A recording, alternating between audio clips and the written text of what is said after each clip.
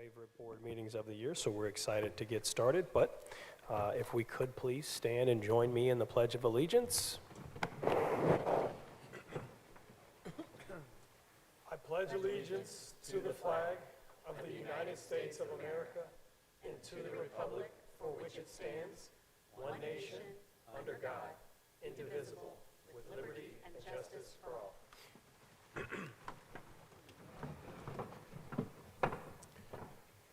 Thank you. We have some minutes to approve, and I will need a motion. So moved. Second. Any commentary? Seeing none, Mr. Bevan, please call the roll. Mr. Orr? Yes. Mr. Steele? Yes. Mrs. Yingling? Yes. Mr. Gavin? Yes. 4-0. All right, and we will quickly transition into item number 5, which is why most of us are here tonight, superintendent's presentation. Dr. Cooper, we'll send it to you. All right, thank you, President Orr, appreciate it. We are going to first start with our superintendent presentation that we do each month, and that is our wayfinding moment. So if you have not been to one of our board meetings before and you're tuning in for the first time, or you're here in the audience for the first time, each month we have a wayfinding video that we release. And the wayfinding video is just to highlight something that is going on in our district, to tell our story, to share what does it look like to have comic culture in action. And so Tracy Carson and her team put together one each month. And so this month we are going to be looking at Journey Days. Tracy, tell us more about it. Sure. You know, Journey Days are something new this school year. Is really an opportunity for our staff to have some personalized professional learning and our students to really take a journey on who they are as a learner, leader, citizen, and who they are as themselves. One of the incredible, important priorities for our district is how do we do purposeful learning and meaningful experiences within a connected community? And on these Journey Days, we had over 20 community partners who stepped up to offer opportunities for community quests. Those were things that weren't mandatory that students could take part in, but were opportunities that students went and learned a little bit about themselves. You're going to watch one of those community quests in action that happened with our Mason Kiwanis Club, fixing some bikes for students that then will be distributed. Students were fixing those to be then distributed for holiday help later.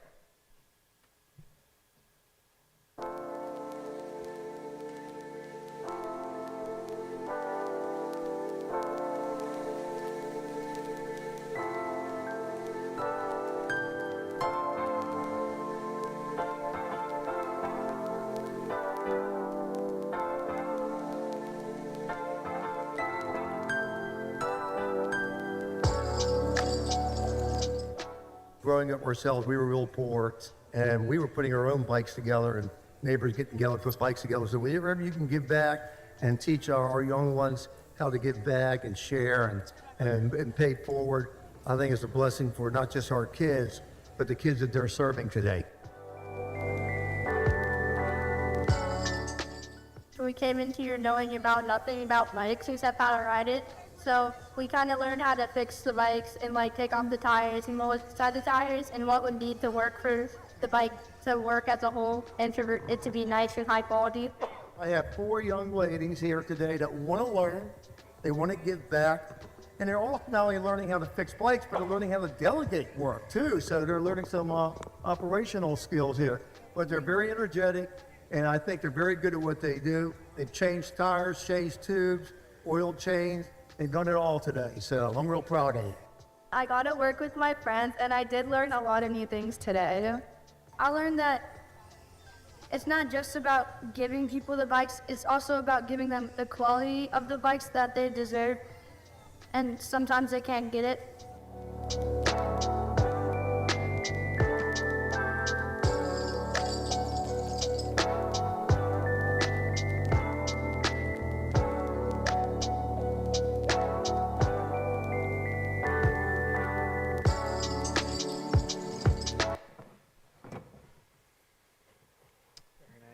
Thank you so much, Tracy. Thanks, team. We'll give you a hand for that beautiful storytelling. We appreciate that.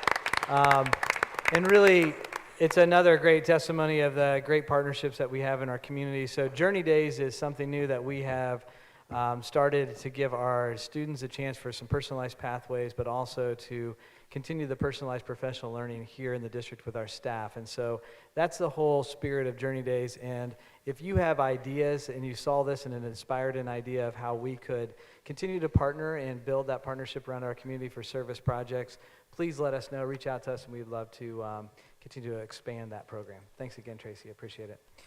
Okay, for our second superintendent presentation, I'm going to ask Mr. Ben Brown, our Executive Director of High School Experience and Building Principal. And I'm going to ask the students to start lining up over on this side of the stage. Good evening, everyone. Thank you so much for coming. It's a special evening that happens once a year where we get to formally recognize and celebrate all of our students who achieved at an exceptional high level on the PSAT from a year ago. It's apropos that tomorrow we'll be taking the PSAT for our current students, juniors that are taking that, but this is nice to kind of see what happens on the back end. So tonight, we're just so thankful to have our students coming out tonight to celebrate with all of you as a family. And so what we'd like to do as we're getting our students lined up and organized is we will call them up to the stage and allow, we'll shake their hands and then allow each individual to share a little bit about their future plans and also some reflective memories as to what they hold dear about their time here in Mason. So we will be recognizing the commended students, which is a very prestigious high honor of achievement on the PSAT for the National Merit. And then we'll be followed by our National Merit semifinalists. So with that, we will get in position and celebrate all this wonderful stuff. Go ahead and come this way. All right, if you could do me a favor, students, we're going to have you come out and start walking this way, and you're going to stop at Mr. Brown, and he'll send you over to me, and when you get to me, you'll have the microphone for a second, and you'll get a chance to introduce yourself, so please tell everyone your name, and then tell them a favorite Mason moment that you've had here in your time here in Mason, okay? We'll go ahead and start. Hi, my name is Isha Acharya, and my favorite Mason moment was painting my parking spot. Painting your parking spot. Thank you so much. Congratulations. Come on through. Yep, keep coming out, guys. Keep coming out. Congratulations. Thank you so much. Thank you so much for having me here. My name is Ved Sabukswar. There were a lot of Mason moments that I could have chosen for this, but the one I chose was hanging out with my friends during 7th period study hall my sophomore year. I had a lot of fun that year, and I really enjoyed it.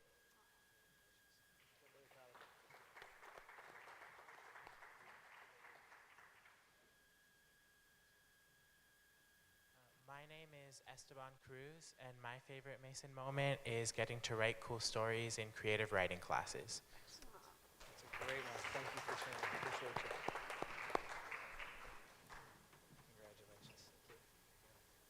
Congratulations. My name is Shivan, and my favorite Mason moment was when I went to the high school football game. Nice. Congratulations.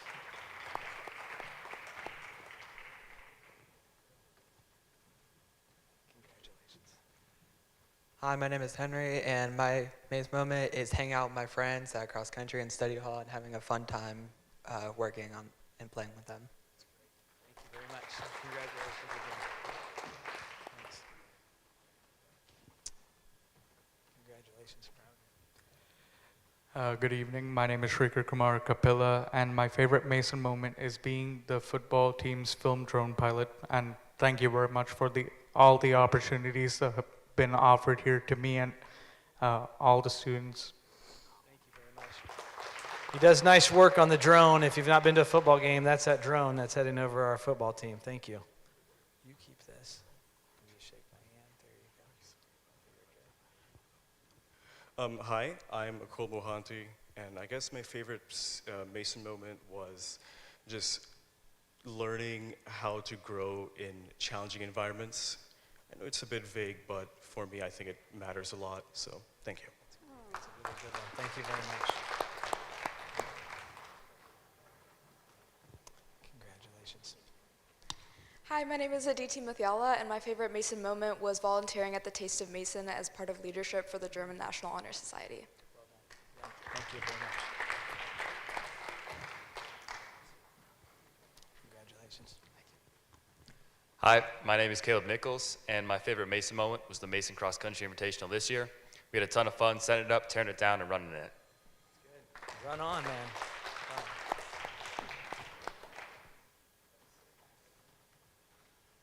Congratulations. Thank you all for having me. My name is Arav Singhal, and I would say that my favorite Mason moment was the homecoming football game. Seeing the entire school lined up in the stands, cheering behind our team, it made me feel really good to see that we have this sense of community. So thank you all.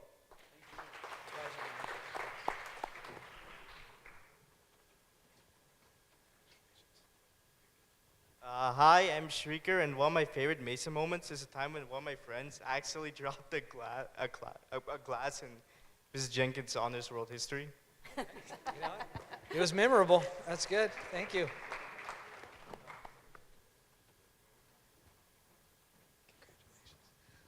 I'm Michelle Wu, and one of my favorite Mason moments is always our Super Fun Connects. We always have so many activities to choose from. Thank you. That's good.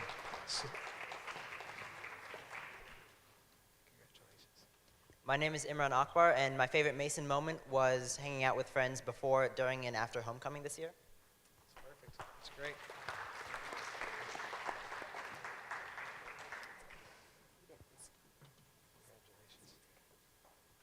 Hello, my name is Chris Bodke, and my favorite Mason moment was attending my senior HOCO with my friends this year.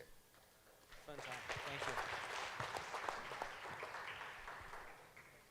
Congratulations. Good to see you. Hello, I am Mikhail Devasi, and my favorite Mason moment has to be serving as one of the drum majors for our Toledo competition this year. I'm so thankful to everyone in the marching band for giving me these opportunities.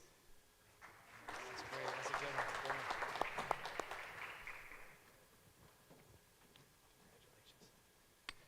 Hi, my name is Adya Dugal, and my favorite Mason moment is when the Sibs would come in during homeroom as a freshman. It always meant a lot to have upperclassmen who cared about us.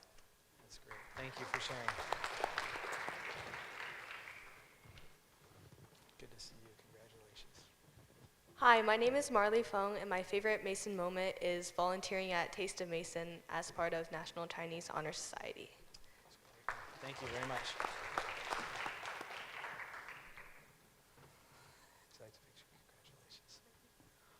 Hi, my name is Anna, and my favorite Mason moment was playing states at the Linder Tennis Center. Well done. Well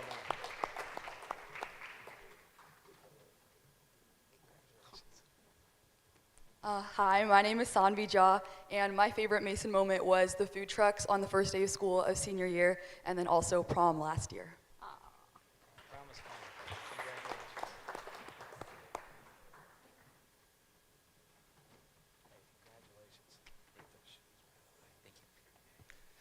My name is Lex Jung, and my Mason moment was senior sunrise. Senior sunrise? Yes. That's good. That's a good one. Thank you very much. Congratulations. Hi, my name is Annie, and my favorite Mason moment is being part of the Science Olympiad team that won states last year.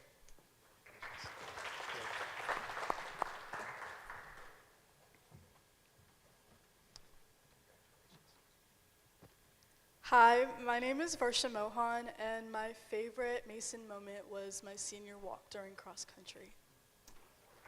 It's a special walk.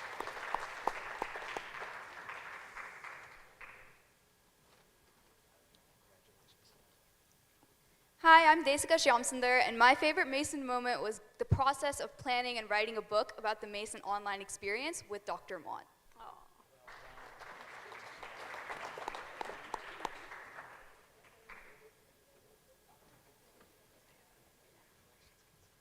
Hi, my name is Riley, and my favorite Mason moment was trying to make a panda plushie at Fiber Arts Club.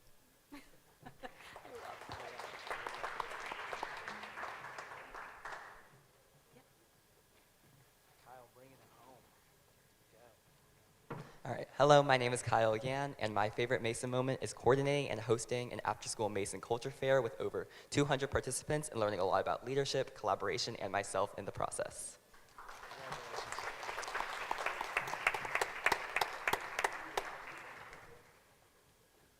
All right, let's give these students a hand, one more hand. Thank you, congratulations, families, students. We appreciate you. We're gonna have them all come out for a picture, so if you wanna get your cameras ready, we're gonna try to get a organized picture up here.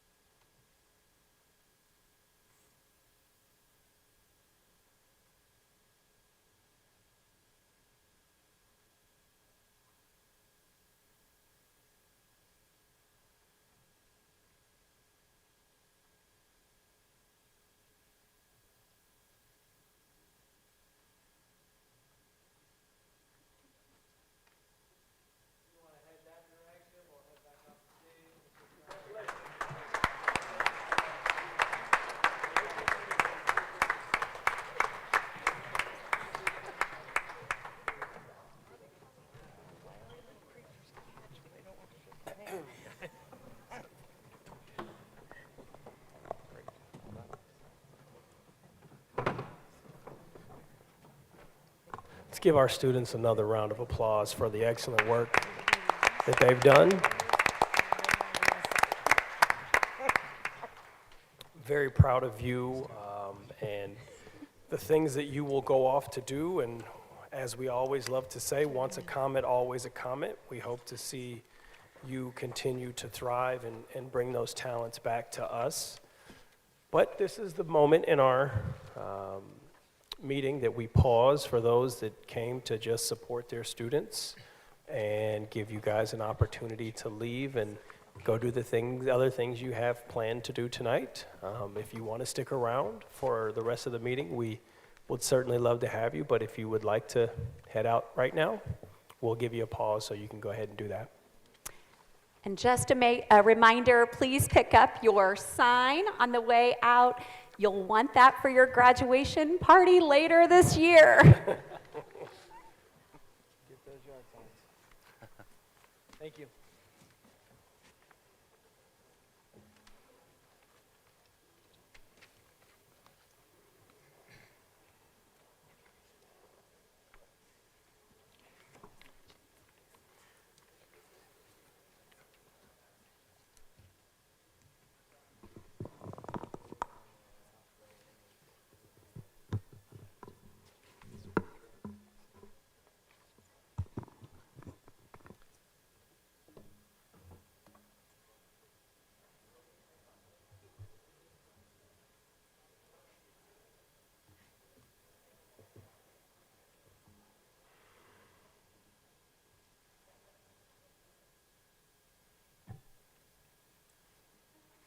All right, we will go ahead and reconvene and get started. We are at item number 6, hearing of the public, and it seems like we have 2 requests to speak. So I will read this short disclaimer, and then I will call each speaker up by name. Community participation at a board meeting is limited to the hearing of the public portion of the meeting. The board will not deliberate or decide any issue during the hearing of the public section. Each person is allotted 3 minutes until the total time of 30 minutes is used. In order to prevent disclosure of students' or employees' private information, the board will not allow any complaints about specific employees of the district in public session. So we just read that before we start the hearing of the public. And our first speaker will be Katie Illingworth. If you could just state your name and your address for us. And Hello, my name is Katie Illingworth. got to get your mic on. Is it on?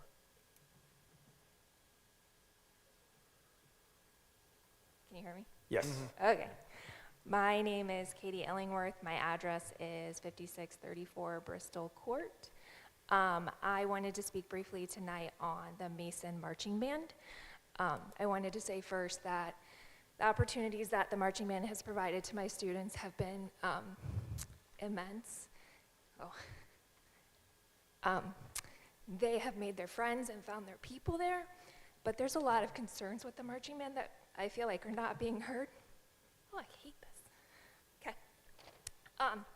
What I really want to talk about was that we talk about Mason culture and we talk about see something, say something in this community, but I feel like it does not apply to the marching band. When parents bring our concerns to the marching band, the response back that we get from administration, from directors, and from the school board in the past has been, the community demands excellence, this is what the community wants, and that's what we're giving them. I feel like it's hiding behind that and not really answering the concerns of the community. I also feel like we're constantly told that,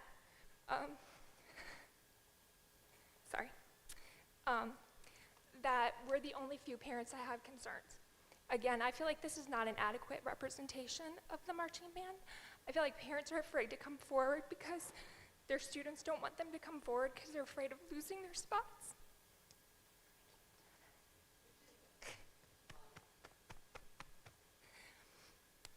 When we've brought concerns up, it's always been the community wants it. There's no regulations that say the Mason Marching Band can't rehearse 20 hours a week.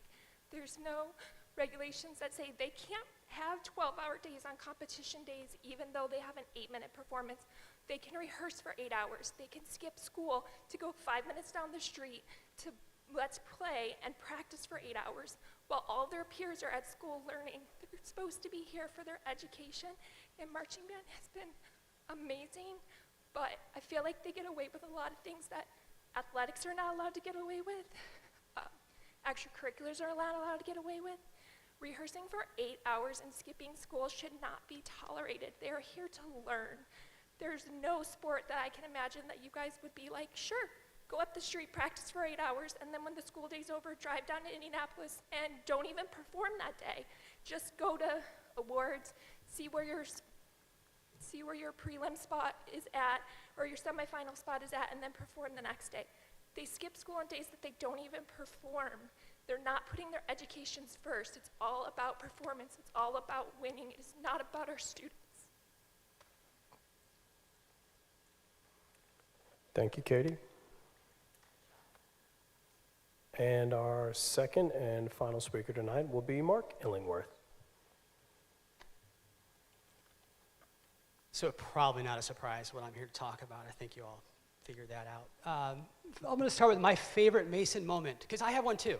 I would say it was November 2023 when I, for the first time, witnessed the marching band perform at Grand Nationals. And if you haven't been there, if you haven't had the opportunity, I suggest you do it, because it is an amazing culture. It's an amazing event, and it was quite eye-opening. And as my wife explained, the band has done a lot for our children, and I'm very thankful for that. I think they learned a lot of lifelong lessons from it. But there is a darker side to the band, and I don't know if you all hear it. We're told that the community is fully supportive of this band, and I think that you do hear from a very vocal minority that support the band at all costs and talk about, we got to do this, we got to do that. But I think it glosses over a culture that prioritizes results, prioritizes performance over the health and well-being of our children. And I've had specific situations with one of my children that I think speaks to that. I know I don't have a lot of time to get into it, but most recently it involved a head injury and what I believe was the negligent administration of medication to her during a competition day so that she could perform and not so that she can be taken care of from a health perspective. My children are done with band in a month and a half. It's not my problem anymore what you do with this band. But I'm here to tell you you have a problem. I'm here to tell you that you have a band that has no regulations, has no oversight, and they are doing things that are putting children at risk. You should look at that. You should think about how we can best administer this band so it not only performs well, but it also takes care of the children.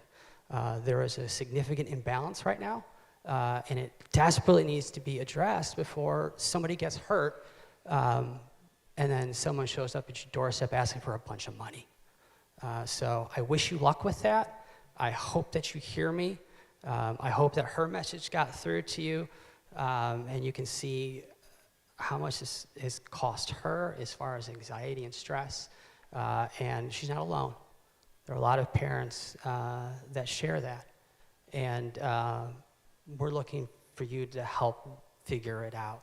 I'd be more than happy to talk to you in more detail on what I think could be done, but this is not necessarily the forum for that. So thank you, have a good night, enjoy the rest of your meeting. Thanks. Thank you, Mr. Illingworth. Tracy, do you have any more hearing of the public? Those are the only two we had tonight. Thank you so much. We will move forward to item number 7, which is a resolution. And I am going to need a motion. So moved. Second. Mr. Bevan.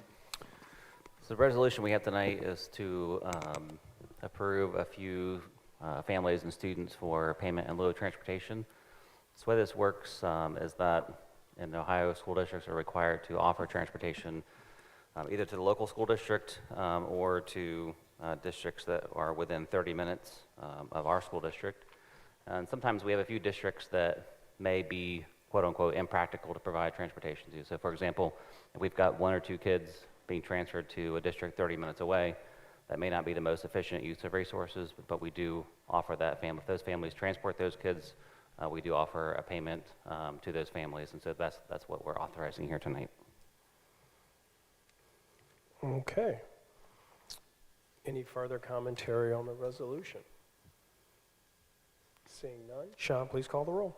Mr. Steele? Yes. Ms. Youngling? Yes. Mr. Galvin? Yes. Mr. Orr? Yes. 4-0. Moving to item number 8, policy change recommendations. I am going to need a motion because this is a second reading. So moved. Second. Dr. Cooper, any commentary? Yeah, just a reminder for anybody that's just tuning in, the policy review goes through a very thorough process. It takes us sometimes a couple months to go through where we'll receive recommendations from our attorneys and others that are working on policy that is aligning with the new law. So when House Bill 96, for example, went through the new budget bill, there's lots of different legal pieces that change in the law that we need to then align our policy language with. So we go through a whole review as a team. I then review it again. We then review it as a policy committee with the Board of Education. The Board of Education then has a first reading at our last meeting, and then they give it a month of time for the public to respond to that. We take any questions or comments during that time, and then the second reading comes up, and we go through a vote process. That happens pretty much 3 or 4 times a year. So if you ever have questions about policy and how that process works, let us know. Once the policy is voted in, then we go through our practices and administrative guidance and make sure they update and align with our policy language. Thanks. Thank you, Dr. Cooper. I'll just reiterate that once this is approved, you can still comment, you can still reach out to Dr. Cooper, Mr. Bevan, your board members, and have a conversation. We do review our policies, not all of them, but we do review our policies on an annual and ongoing basis, especially if there is updated legislation. So, that being said, any further commentary? Seeing none, Sean, please call the roll. Ms. Yingling? Yes. Mr. Galvin? Yes. Mr. Orr? Yes. Mr. Steele? Yes. 4-0. Item number 9, superintendent recommendation personnel items. Do I have a motion? So moved. Second. Dr. Cooper? Yeah, so the personnel items are pretty straightforward as you go through the list, and you can find that link online. And I'm going to update a couple things on here. One, we'll talk about here in just a minute with Eric Messer. It is on the agenda as James Messer, if you recognize his official name. But Eric Messer is coming on as our Chief Operations Officer, so we're excited to talk a little bit about that, and I'll get to that here at the end of commentary. But there are other things on here that we're approving tonight. One is new substitute teachers. Again, if you would like to be a substitute teacher in our district, we are so grateful for your service and interest. Please reach out to our HR division, and that would be with Dr. Laura Blessing and her team. They do a great job of onboarding folks and getting them into the mix. I know I had a neighbor just the other day ask me if they could be a sub, and so we sent their name over, so we're always grateful to get people involved in that. Other items that are on here, MECC on item I just want to go through a couple of these. You'll see we have, from time to time, our transportation with buses. It's hard to get everybody at the end of the day all perfectly on time. And so sometimes our teachers are waiting a few minutes over their contracted time so that they can make sure that our kids are making it safely to the buses. And so we have that reflected on here, and we pay them during that extra time that they're staying after to make sure kids are getting onto the buses. We're always working on that process, but I guess I would liken it to if anybody ever throws a couple kids in their minivan and tries to make it to anywhere on time. We've had that as a family. Imagine then taking that to 70 or so buses. It's hard. Our transportation department works diligently. Our teachers have been very gracious in working with us on this. So we'll continue to make tweaks there, and I know that we have some ideas on how we're going to address that moving forward in the future. Other items on here that are worth note, we do have AP test coordinators. So this is that testing season, and you hear folks talk about getting ready for college apps and testing. That takes a lot of work and a big lift in our district when you have such a large high school. So we are grateful for the people that step up and make sure that gets done well and accurately and reported accurately. If you scroll further down on here, we have some water polo coaches that are being approved, and also some other coaches in different events, athletic workers, football coaches. And so we're just grateful that people are stepping up to coach, stepping up to support our kids in extracurricular activities, and continue to give our kids those experiences. Today we heard some Mason moments up here on stage from some of our students. Earlier today we had a visit and heard some Mason moments, and some of those are Mason moments with their coaches and with their teams. And so thank you for everybody that steps up to do that. Now, before I finish up here, I know we're going to go to a vote for moving Mr. Messer into that role. Just a quick reminder of what he's been doing.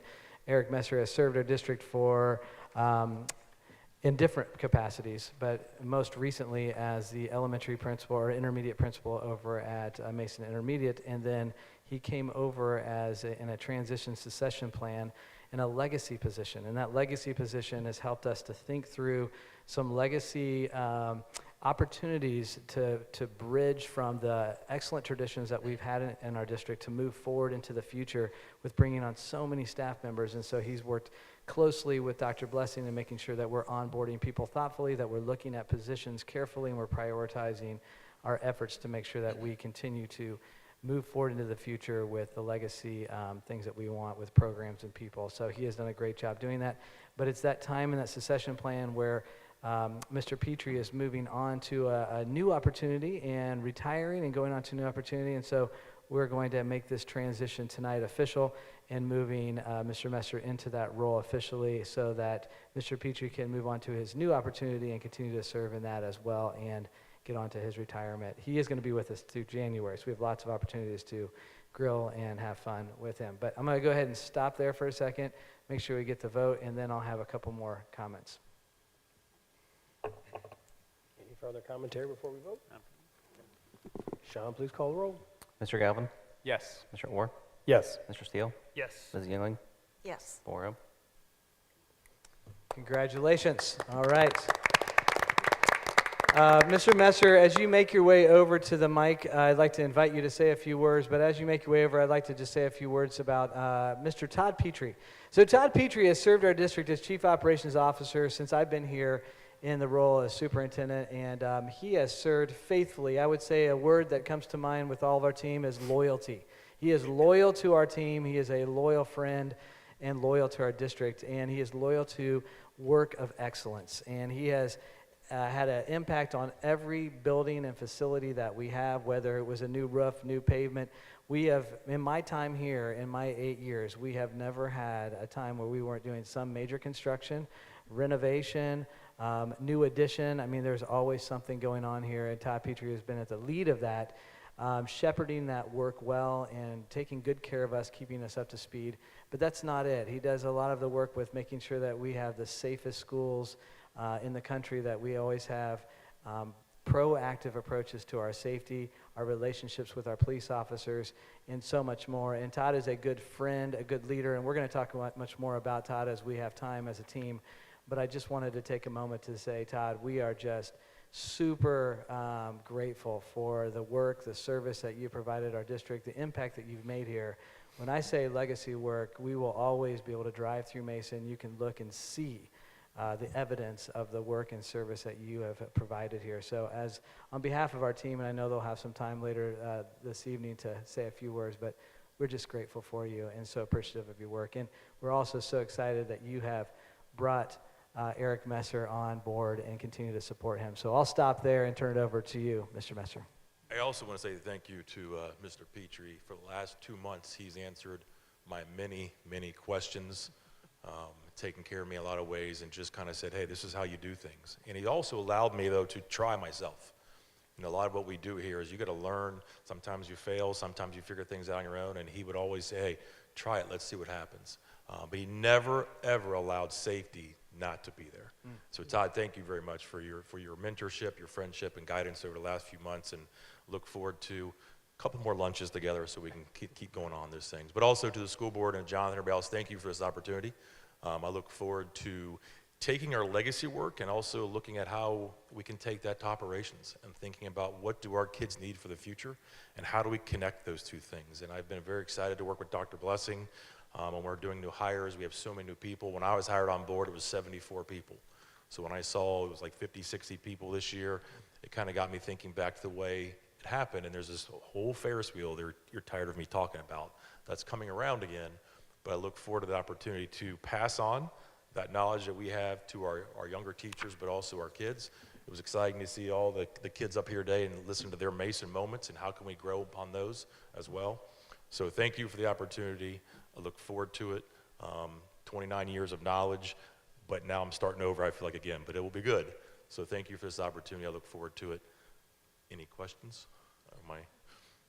I'll just say, Mr. Messer, we are so grateful that you came forward in the process, that you shared your heart with us. It really shaped the direction of the district in our thinking, and that helped us to understand a broader perspective of what we can do.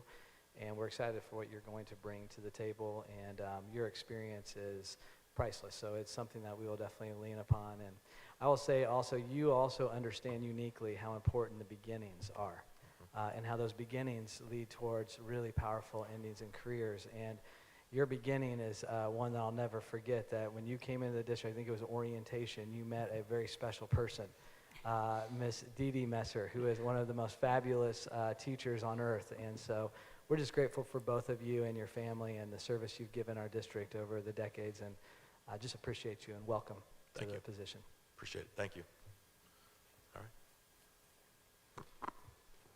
Well, welcome to the role, and you have some big shoes to fill, but we are confident that you will fill them excellently, and we are excited that our whole district's going to benefit from your leadership, Eric, not just one building. I know that was a concern initially that some folks had when they learned that you would not be, the principal there anymore. But we are so excited to see you, sprinkle your magic all over the district and help us, preserve and grow the things that make Mason a special place.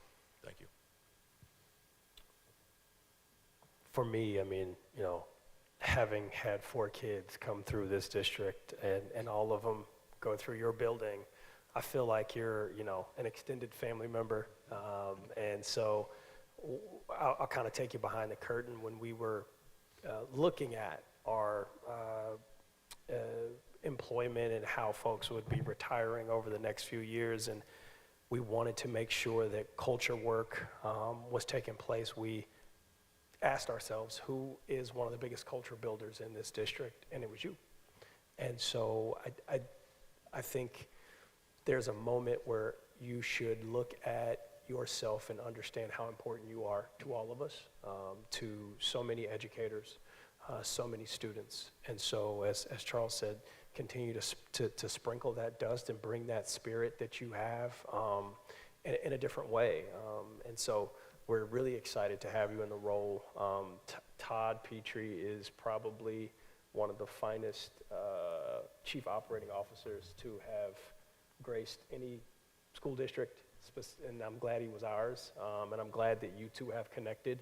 And you know, if I know anything about Todd, it doesn't matter when he leaves, he will always be connected and be there for you, because that's just the kind of human being that man is. So, you know, make mistakes, like you said, break things, move fast, kind of stuff, but you know that we support you and we want you to be successful, because your success is our success. So congratulations. Thank you. Yeah, Todd, congratulations on a great Mason career. I'll never forget one of your very first times when we had a bit of a scare at a football game, and I was like, how can I help? And I walked up to you, you had no idea who I was, but you let me, you know, pretend like I could be helpful, and I appreciate that always. But thank you for all you've done and the legacy that you're leaving, physically, but as well as just the culture in the district. We really appreciate your positivity and your penchant for making things fun. I mean, even board meetings are you bring a bit of levity when we need it, and we appreciate that so much, and we hope to remain friends and stay connected. And Eric, we're so excited to have you in this role, so excited to have you a part of our district. You're a part of the fabric of Mason, and we're so glad you're sticking around. And I just realized, I think you are the only central office homegrown person. And it's maybe the first person that, on my time of the board, that we've elevated to central office position that was homegrown.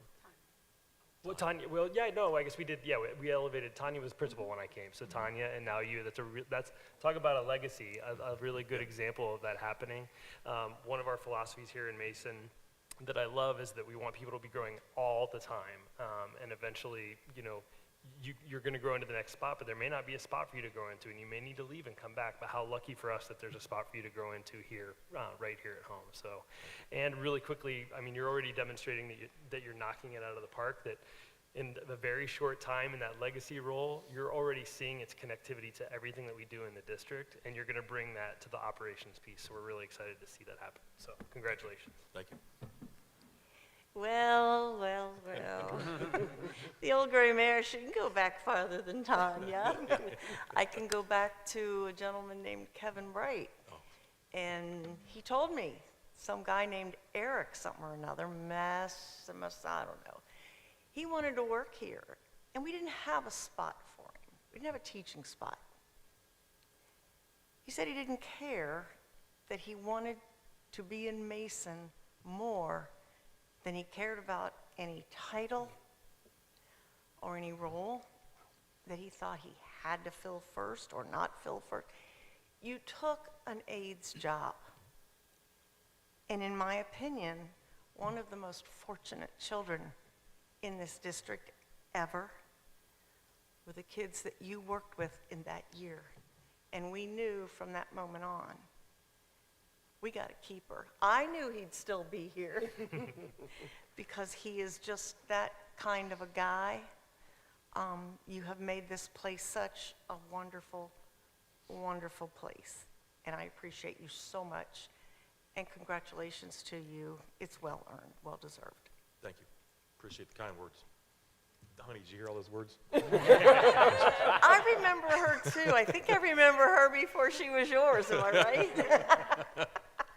Got to witness that too, and that's awesome as well. So glad you guys are both still here in the district in more than one way. Congrats. Thank you. Yeah. Then there's somebody else that I have really come to admire and appreciate and respect. And I'm going to miss you. Your problem is you're not going to be far enough away that I can't get to you. I appreciate, Todd, your attitude, the person that you are down deep that drives everything that you do. I have a feeling in the next couple meetings there's going to be a little bit of waterworks. But you have done, in the relatively short time you've been here, Todd, you have made such a great impression. You have left such a legacy. And anyone that has worked with you, for you, or around you will never forget you. We appreciate what you have given to this district. Sometimes it's hard to put into words just how much you appreciate that. Good luck. Thank you. And I will be seeing you. You can't get away that easy. All right, well, we will do a soft pivot to superintendent's recommendations, action items, item number 10. I need a motion. So moved. Second. Dr. Cooper. All right. We do have a few items on here. VSWC master agreement. This is Jim Boris's group. When we have a project and we want to do a little planning around the project, this is an agreement that allows us to work in between projects so they can draw things up. And Todd's built this relationship with them that we can call anytime and say, this is something we're looking at. Can you go ahead and put the logistics together so that we can get a little bit of a pricing estimate on what this would look like. And that is helpful when you're looking at facilities around the district, and so that's what this agreement sets up for us, to continue that relationship with them. The next is the Easter Seals Redwood Agreement. That's a group that comes in to look at our technology, assistive technology for students with special needs, to see if there are, just to make sure that we're utilizing our technology to the best of our abilities and giving our students exactly what they need and support. That's an equity move that's really important for us. We also work with our ESC as well to do that, but this is an additional look at some of that work. Item C is a Warren County ESC agreement. This is a placement for a student to get additional support outside of our district, but it continues to be our student in collaboration with our special ed department. Item D is with Royalmont. It actually runs through us, like there are a few of the private schools in the area that run their agreements through our public sessions, and so that's an example of that. Bonefish agreement, I'll turn it to Sean to talk about that. Sure. Bonefish is a software system that we use to help us process our payments to vendors in a safe and secure way. Item F is a Wolpert agreement. That is, so we use Decision Insight. That's what we've been using for quite some time, and that is an enrollment projection software. And they look at a holistic look at our developments in our area, and they give us a projection. And we use that projection to do a calculation to find out how many kids are going to be in each classroom. And it helps us with class size projections to make sure that we're keeping our class sizes lower. That's been a goal of ours since the board and I started working together 8 years ago. So the projections are important for us. It also helps us with facility decisions down the road. Wolpert does a more comprehensive look, and because we have just finished up all of our master facilities work over the last 8 years, whether it's looking at adding on to lower class size or renovations and updating things. We're at that point in our history to take a comprehensive look to make sure that we're seeing everything and making sure the dynamics of homes are exactly what we think they are. And I think that should show us and give some confidence in our projections or help us make some adjustments there. So that's what that project is, or that agreement is. And the last is the wellness asphalt walking pathway that is associated with our OWL program. So OWL is Outdoor Wellness and Leadership Program, and it's part of our Encore program where Tim King retired, and part of his dream was to do this outdoor wellness and leadership. This is a pathway of accessibility, another equity move, so we can make sure that every student has full access to this nature experience and leadership experience out behind Mason Intermediate and Mason Elementary. Todd and Eric Messer have helped lead the planning of this with the teachers and with Tim to make sure that this is in place. Our bids came in under what we thought they would be. We thought they'd be at a 150, 160, and they're at 102, I believe. So that's good news for us. Is that, Todd, do I have that right? Correct, yes. Okay. That's it for the recommendations tonight. Thank you, Dr. Cooper. Any further commentary? Seeing none, Sean, please call the roll. Mr. Orr? Yes. Mr. Steele? Yes. Mrs. Yingling? Yes. Mr. Galvin? Yes. 4-0. Item number 11, Treasurer's Report. Do I have a motion? So moved. Second. Mr. Bevan. So a couple of things to highlight here. So actually items A through E are part of our monthly financial reports covering financial updates for August and September. Item F is the forecast, which I'll come back to in a minute. Item G is enrichment personnel. Those are related to our after-school enrichment programs. But just a couple notes on item F, the forecast. So there are a couple times a year that we as a district officially update and approve our forecast and submit it to the Ohio Department of Education and Workforce. October is one of those times.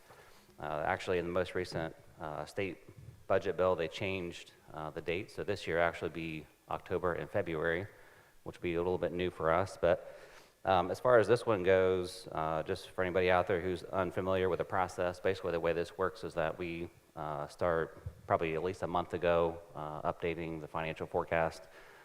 We work on that internally here with our own team. The next step is then we go with before our board finance committee and review it in detail again. After we go through that process, then we go to a board work session and the whole board reviews it again in detail. And then it comes here tonight for approval.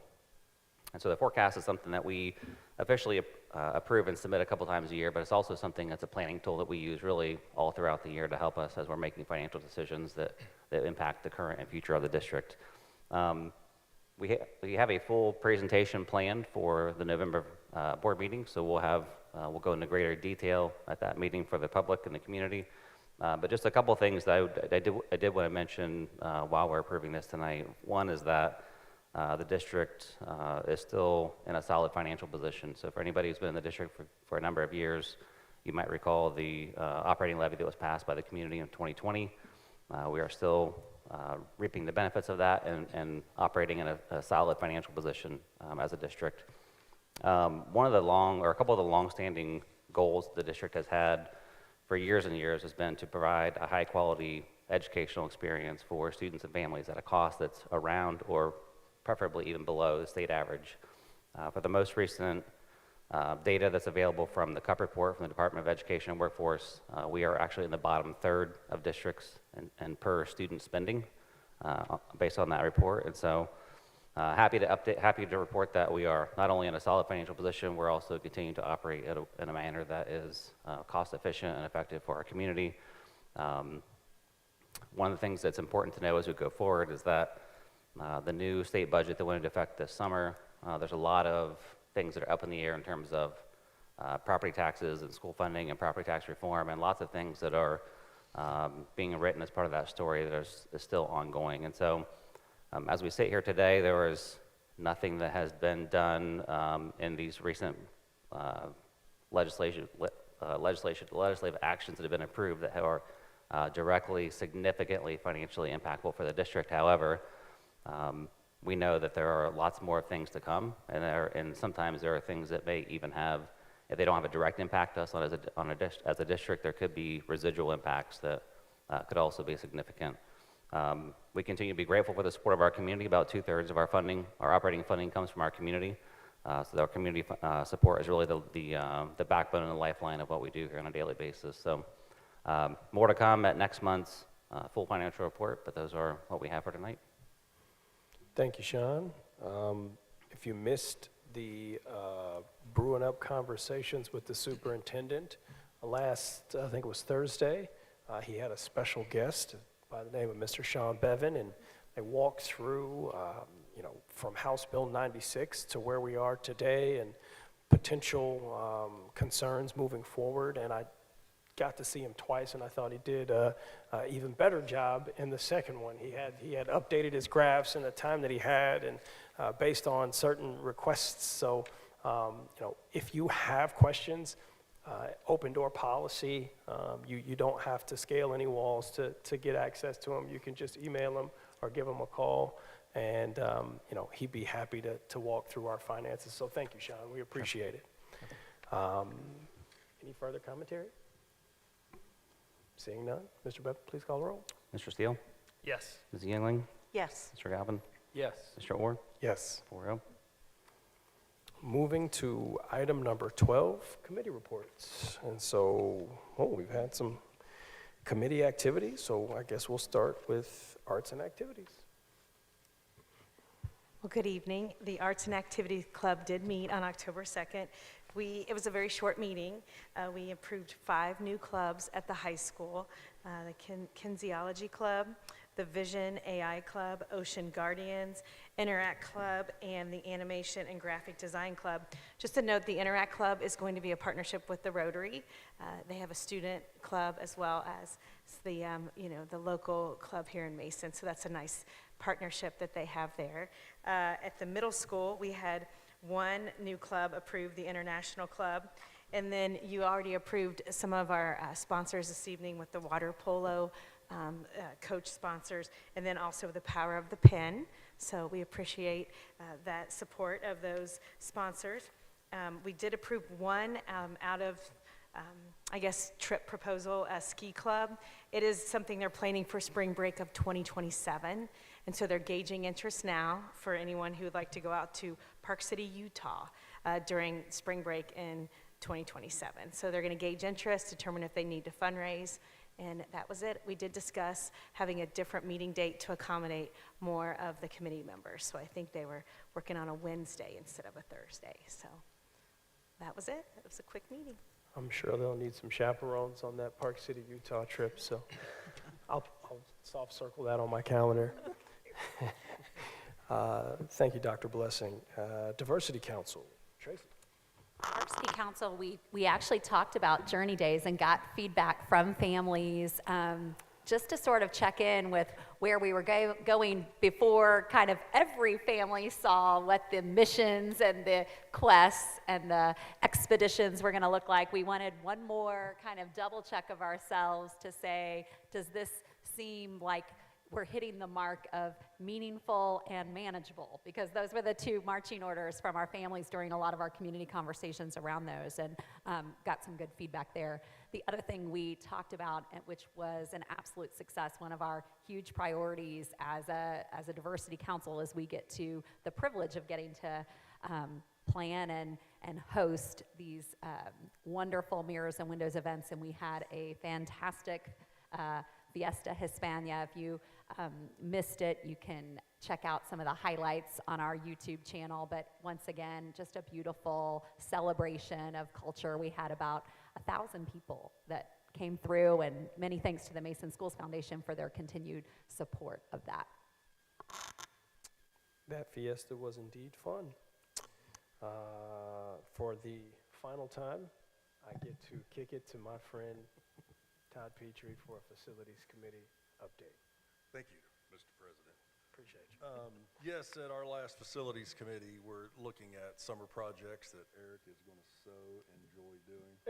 And some is pavement. We have a 7-year pavement plan. There's a cycle. And the good news is we're at the end of that, which means we will have a number of years that we're in really good shape. We also talked about the OWL Lab, which love that name, and Mr. Messer has worked real close with Mr. King out there and cleaning that up. We learned there were about 10 years of brush out there that George Highfill, if you're watching tonight, put out there. And I'm going to have fun with this. You better censor this. And lastly, it's a little known fact. Our football stadium is packed every time we have a home game. But those lights out there are 34 years old. And each year, I've had it budgeted for a number of years. We always get them looked at. But now we're at the point the breaker box literally has to have a fan on it to keep it cool enough to power those lights. So Mr. Messer and I have been working with several different companies looking at new lights, which will be LED, last far longer. The energy value on those is incredible and far less than worrying about breaker boxes going out. So hopefully by next season, perhaps, that will be a reality. But honestly, it is one of those things around the school district that's almost a must because our kids use our stadium for certain. Thank you, Mr. Petrie. I think what goes unsaid is that you look at Mr. Messer and say, you break it, you bought it now, right? It's your watch now. Next committee report is going to be the Mason Schools Foundation. We'll go back to Tracy. Yes, we met in the Dream Center so we could do a preview and walkthrough of our gala, which will be held this Saturday in the Dream Center. Super excited for that. So we all kind of met and did a little bit of last-minute logistics. How are we doing it? And we're super excited. We're really ready to go. And then the other thing we got to do was approve some teachers' dreams that they, once again, come up to us. So we had 3 really fantastic grants that came quickly after Journey Days. Our Mason Schools Foundation actually was part of Dr. Brennan's Spark Sessions. She had reached out, and we thought that was a fabulous opportunity since they had sponsored kind of the kickoff of Journey Days. And that Spark Session immediately turned into 3 actionable grants that came through. One was from Beth Salenza, who I think asked, small dollar amount, $146 for carpet squares for picture book reading. And I think, like, we don't think about at high school level still the importance and what can happen when we look at picture books together. So we're really excited about that. The other one was another high school teacher for almost $6,400 for an interactive touch table that he wants to pilot in his classroom. Really cool. And then finally from Jess Thompson, ESL at the high school wanted to look at visuals for understanding a whiteboard for ESL. So while our elementaries have a lot of those tools, our high school was imagining what it would look like if they're doing some of those things in their classrooms, setting up the same kind of strategy. So we were thrilled to be able to support those. That is fantastic. I think you're sold out of tickets, right? You don't have any more tickets available for the gala on Saturday? There are no more tickets available. However, you can still bid, and I have a, you know what, I'll just shamelessly plug right now. I got a text as we were introducing your report. Literally, you introduced her, and it popped up on my phone. It just popped up. The auction is open. I'm already bidding. Yeah, That's the John, power- I love it. power of the Everybody take a presidency. moment, pull up your phones, start bidding. You've got, if you're online right now, you can search, but you could also, if you're just watching, you can get your phone out right now. You can do this QR code, and you're going to see some exciting and incredible experiences that you can bid on, and items that are really one-of-a-kind opportunities for you, but know that every single dollar that you give is creating the kinds of opportunities that you just heard us approve just a minute ago. Wonderful. We look forward to it. We know it'll be amazing. And last but not least, Finance Committee. Mr. Bevan. Thank you. Yeah, Finance Committee was that review of the forecast that we talked about just a couple minutes ago. So we had a great conversation around what some of the assumptions in the forecast and also looking at property tax reform and some of the updates there. It was a great meeting. Thank you, Sean. Item number 13, legislative update. Dr. Cooper. Yes, we are watching closely some activity around House Bill 186. It doesn't have a massive impact on us at this point in time, but we are watching it because it will have an impact throughout the state. It's the bill that is looking at the 20 mil floor and looking at the retroactive implications to that. So there, you'll hear lots of activity around with neighboring districts because it does impact them significantly. I think is it 2/3 of the districts in Ohio are on that 20 mil floor. If you want to know more about that, we're happy to explain more. Sean is a great resource for that. I just got a quick update from Columbus that it did go through the Ways and Means Committee, and it is going on to Finance for a vote tomorrow so that it can make it to the floor. And then it looks like the committee added $463 million of appropriations to help reimburse districts for that retroactive credit, which will be some good news and relief, I think, if I'm understanding that correctly. But still, there is a lot going on with school funding, and we need to have a larger conversation in our state about how we're going to fund sustainably public education and private education and do that well.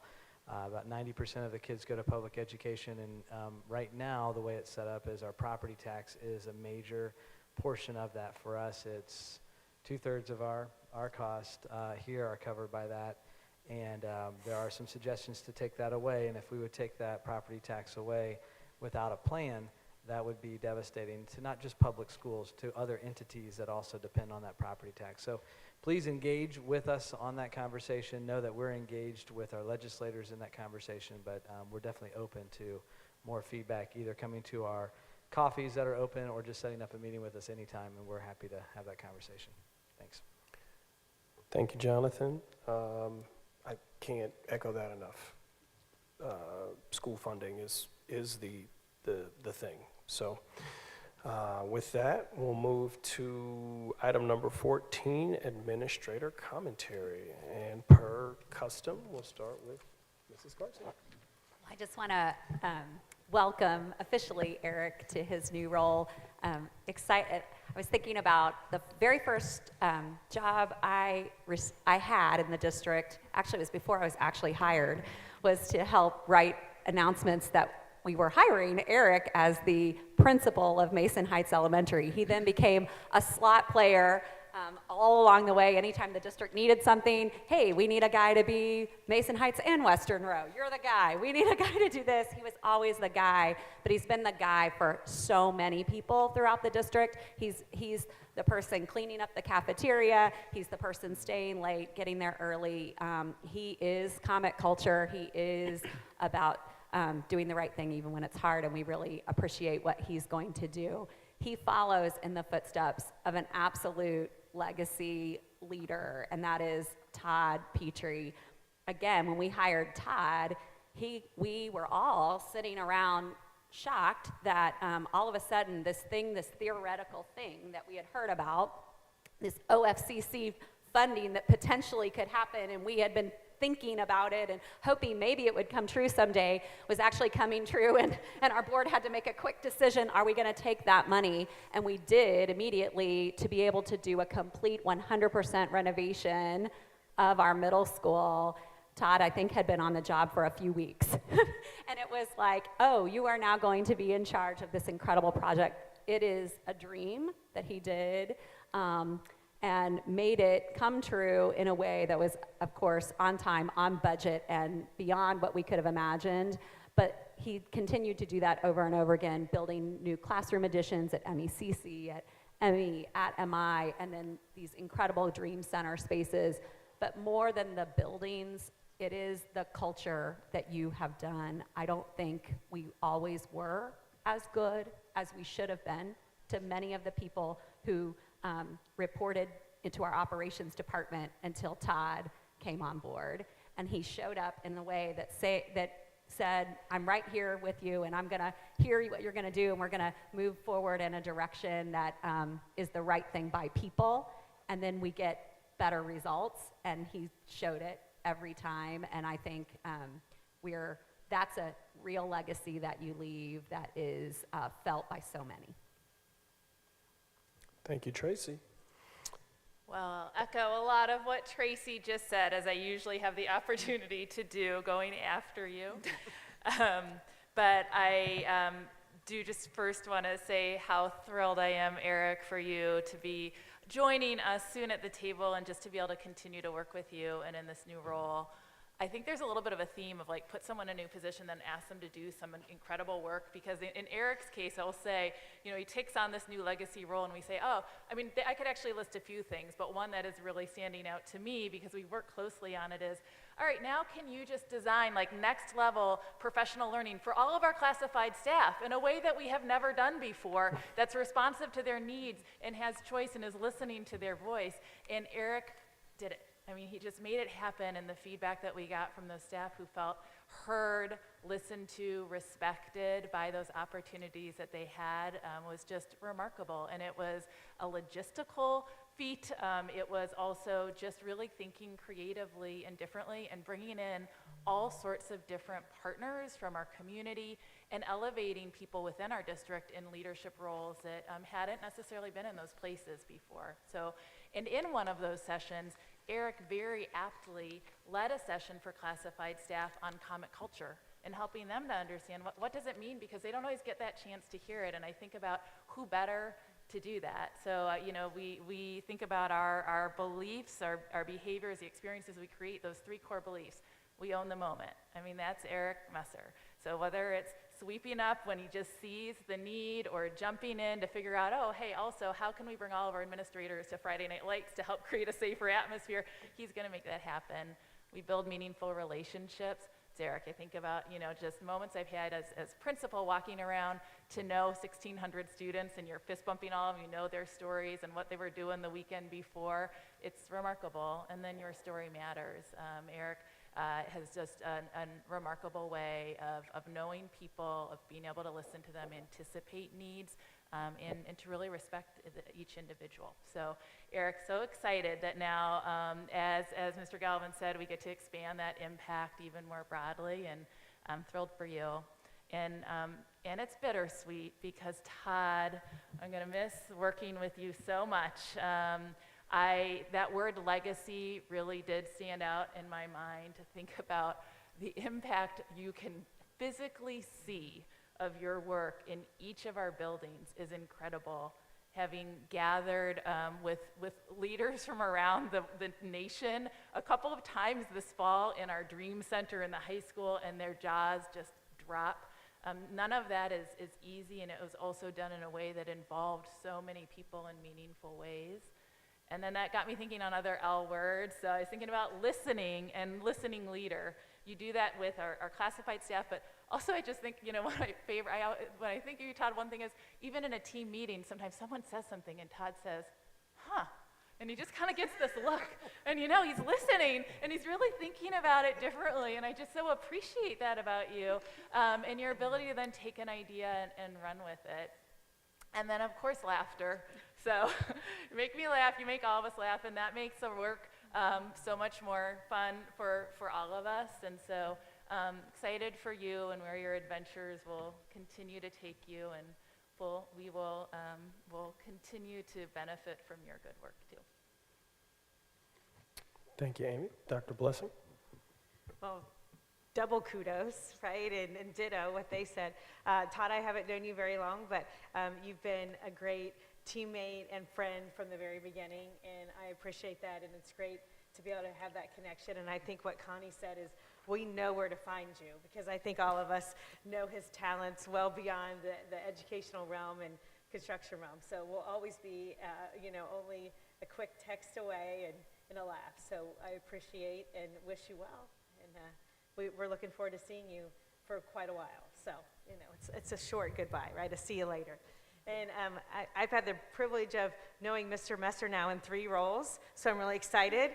You know, when I first met him, he was principal at MI, and we did a lot of interviewing together and trying to get that team in place, and then spent the summer working on legacy and a lot of trainings. And I think we've trained over 75 guest teachers in the short amount of time, and just gotten to know him and his talents and institutional knowledge. So I'm looking forward to the 3rd position that you're going to be starting, and a lot more exciting adventures and trainings and experiences. So, you know, we're gonna keep him for quite a while. So that's the plan, right? A new beginning, but I'm going to hold him to it for a while. So congratulations.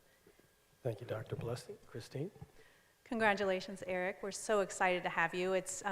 He brings such a unique perspective, even to the few meetings we've had as an executive team, of just coming right out of a building and being able to know what that experience is like, to help us make good decisions. He also, having gone from, you know, being a paraprofessional all the way through all the other positions, I think you bring a unique perspective that most people do not have.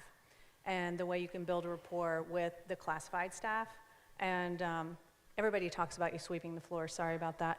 But, but you do that, it's just regardless, you're always willing to do whatever's necessary. And we're just really excited to have you on the team. So Todd, for you, I have this special poem that I'm gonna read. There once was a COO named Todd, whose presence could lighten the squad. With humor and heart, he played every part and made hard days feel oddly unflawed. He noticed district needs, big and small, and answered the call for us all. When chaos was near, he'd steady the gear and somehow still make us laugh through it all. We'll miss his good-natured grin, his patience, I'm gonna get weepy, his wit and his spin, a colleague, a friend, whose kindness won't end. So with that, Todd, may your next great adventure begin. Personally, I will miss you so much. I mean, number one, he makes me laugh all the time, and but I will pay better attention in the meetings. Todd, we will miss you so much, but you are close, as Connie said, so we'll all be on your doorstep. Thanks, Christine. I think I hear a theme that you are just distracting. So maybe our productivity It's my ADHD. you know what I mean? They're not Like- telling the truth of when Jonathan said, Todd, what do you think? I don't know. What are we talking about? So, Mr. Petrie. I want to thank everyone for the kind words. But first, I want to say, I knew Eric was going to be in this role before he did. Just working with him through safety, and we do have a very extensive safety program that everyone's been involved in. But he just always led the march on that because he thinks so much of the kids and the staff. And it's hard not to respect Eric for the simple fact how he does display his respect and affection and just his appreciation for students and staff and what our staff does for the kids. I mean, today we were helping out in the middle school lunchroom, and he was sweeping the floor, of all things. I'm like, okay, sweep that floor. But Eric will be great at this, and he and I will continue to talk, consider the person that knows how to build relationships better than anyone I've ever seen. For me, working at Mason, I've really enjoyed it, but for me, it was almost a career change. Tracy mentioned we'd been here about 6 weeks, and OFCC called and said, well, we have to do this project. And Dr. Kiss Klein pulled me in. She was going to hire an owner agent. She had a couple call her, and I said, no, I really would like to do it. And she's like, really? She said, well, we'll try it. And it's like I just found my purpose. I'd been in education. I totally disliked being a superintendent. I don't see how Jonathan's done it all these years. But I just really found where I hit a stride with working on construction. And the job I'm moving towards, it's the only reason I'm doing that. If it wasn't for a large-scale construction project, well, I'd stay here and enjoy my friends and just the whole staff. And working in the city of Mason's great. There's like 4 UDFs on every corner. And when I've not been here, I've probably missed that so much because it's like, man, I got to drive a long way to get a Diet Mountain Dew. So if Diet Mountain Dew or UDF sees this tonight, I expect some free things. But in essence, I don't know. I just have a lot of appreciation for Mason. Always did. It just is. They're just a pioneer in the way that they do things, and always thinking about what's the next step. Where do we need to take the kids to set them apart so that they can really be successful in life? It's exciting to see. It's a fast-paced place to really work, but at the end of the day, I think most people that work here look back and really realize they worked in a great place. And I've spent more time here than in any district I've ever been in. This is my 10th year. So I really look forward to seeing what Mason does and just want to show my appreciation for what they've done for me. And as far as Mr. Messer goes, he's going to be outstanding. I have no doubts. 4 years from now, I think he'll continue to do it, because it is addictive and it's enjoyable, but he'll have a different phase than me. Mine was construction. I'm not much on maintenance, but I love to build things. So Mr. Messer, on the other hand, he'll fine-tune this and make it really something. So looking forward to see what happens. Thank you, Todd. Your contributions will continue to reverberate through this district for a very long time, so thank you. Thank you. Mr. Bradley. I will continue on with the congratulations to Todd and Eric. Eric, looking forward to continuing to work with you. Mr. Messer could also be called Mr. Mason, almost done this for 30 years. Really embodies everything that we do here in Comet Country. So I really appreciate and respect how Eric has jumped in full on, feet first from day one. We're throwing a lot at him. He's handled it with ease, and so looking forward to continuing that with you.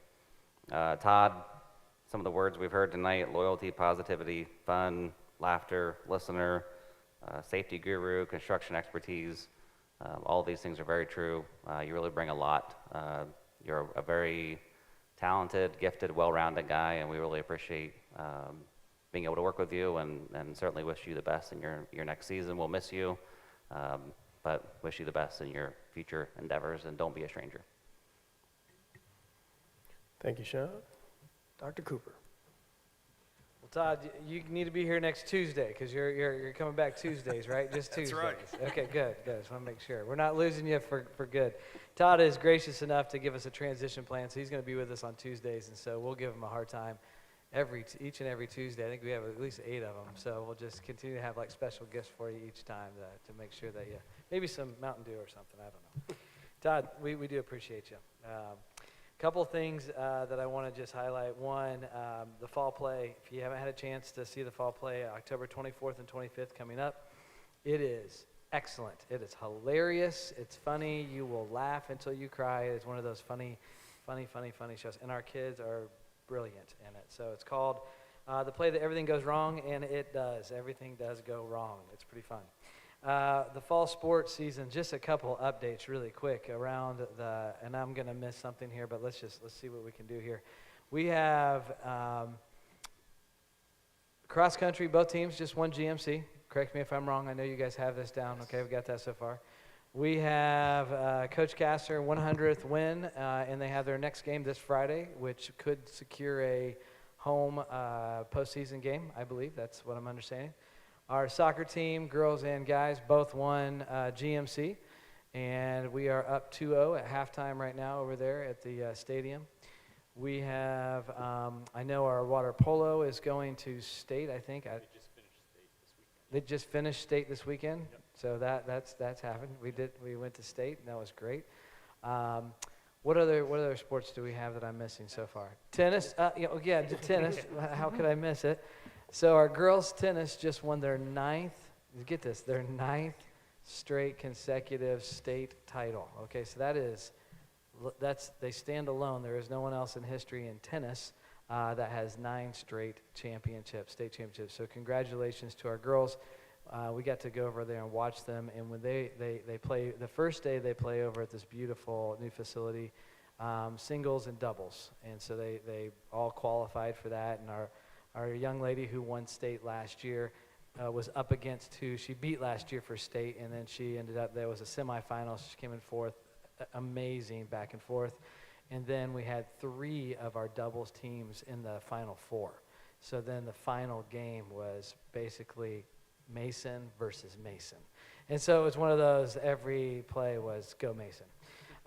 So they ended up securing those spots. That was the first time in history that has happened as well. Volleyball also, GMC champs. I can't remember how many years in a row. Let's say 8. I'm not sure if I have that right, but someone can correct that fact later. But it has been an amazing, outstanding season. So congratulations to our coaches. One more. Ultimate. Ultimate just won state. Third state in a row. See, I knew this was going to be a fun. I should have had these all written down. That was a bad. So you add anything else that I've missed, but basically every athlete and that has gone after something in this fall season has just been super successful. So congratulations to our coaches and our families that invest in that. Today we had superintendents and leaders from around the country come in to see. We were designated as a school of wellness. It was authentic and well-being, and we were the national site for the visit today. It was a beautiful day of seeing our students and staff being highlighted in their great work. Here are a couple comments from the folks that came to our district from all around the country. I love the positivity not only of your staff, but of your students as well. I love the intentionality that is happening and the purposeful systems that are in place. We had them give all kinds of feedback. The pride in the school is authentic. It's great to see from all aspects in all buildings. Our teachers and our staff just did a phenomenal job today. The amazing things that were on display and it's just who we are. And so that's what I continue to remind people that in the group that came today is the things that we're doing about well-being, the things that we do with our Big Rocks, they're not just programs that are added in. They're very thoughtfully integrated in. It's a very thoughtful intentionality that we have in the district. So just a reminder, we have 3 Big Rocks, and I'm going to remind people of this forever, but those 3 Big Rocks will be here forever. Culture is something that we're intentional about. It's owning the moment. It's building meaningful relationships, which you heard Mr. Messer does beautifully, and others. It's making sure we honor people's stories. And so that is part of who we are in our culture. Inclusive excellence. It's the diversity of who we are and the celebration of that diversity. You heard a student today that put on a whole diversity celebration, and that was their proudest moment here. It's inclusion, making sure everyone feels included and welcome into our district. It's equity, making sure every kid gets exactly what they need in our classrooms so that they can maximize their learning experience. Injustice, when things aren't quite going right, that we make sure that we are thoughtful in the way that we continue to grow together as a community. We also have personalized learning, that we are personalizing outcomes. We're personalizing the environment that our kids are working within. We're personalizing those relationships, and we're personalizing the pathways our students and our staff are going forward in their learning. So just a reminder, these are things that people came from around the country to see and to celebrate. If you would ever like to learn more about those, that's who we are, and I'm proud of that. And you heard us talk about Todd and the legacy. Even the facilities decisions that we make are anchored out of these values. The Big Rocks, our foundation, and it's all secured by the school funding that our board has done a beautiful job of making sure that we are financially sound and that we're good stewards of our finances and allocate things appropriately so that we can deliver exceptional learning for our students. So thank you very much. Thank you, Todd, for your good work and continuing to move us forward, and welcome, Eric. Thank you, Dr. Cooper. We've come to the end. So item number 15, board commentary. And I see that Mr. Galvin looks ready to rock and roll. Well, thank you, Ian. Thank you, Dr. Cooper, for getting the athletic rundown knocked out for us. We probably saved 20 minutes there so that we could all move on to other topics. There was a middle school cross-country state championship that we also took down this weekend, so kudos to those kids. And the theme of the night, we've got passing of the torch from one of our great leaders, Todd, here to Mr. Messer. Todd, I think one of the things, everybody has kind of spoken to your personality and what they've enjoyed about you. I think that something, though, that the district really has benefited from during your time here, and at least while I've been here as well, is your superintendent background and your operations, background, the attention that you have brought to keeping our school safe, keeping our kids safe, keeping our staff safe. I've mentioned it, a couple times in the past month, but one of the heavier meetings that we had in my first month on the board, we were in a work session talking about the safety and the security protocols that we have in place, both seen and unseen. And at that meeting, we happened to have a member of the public there that was, very concerned about what we were doing as a district at that time, because there were some different ideas and things that other districts were doing that people were hot and cold about that didn't really sit well with them. And after hearing you in that work session, that member of the public came out and was, not always one to sing our praises at the podium, but in that instance, she was very, complimentary of the safety plan that the district had in place and the protocols that we had in place. And I give a lot of that credit to you. And, it is not something that's been static over the time that you've been here. It's something that evolves and that we are continuously looking at. And I know that's something that Mr. Messer is going to pick up and run with as well as he steps into that role. So we greatly appreciate your know-how and your contributions to our district, and we look forward to still seeing you on Tuesday nights, seeing you around the district, and giving you a hard time whenever we can.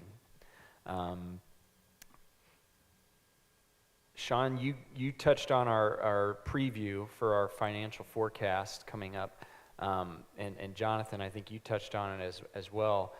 I don't know that we got a full deep dive into some of the highlights from your brewing up conversation, though. And one of the highlights, I guess one of the points I wanted to highlight before we get to our financial forecast at next month's meeting, as we're talking about the transition of leadership, is the staffing of our administration, of our central office here in this district.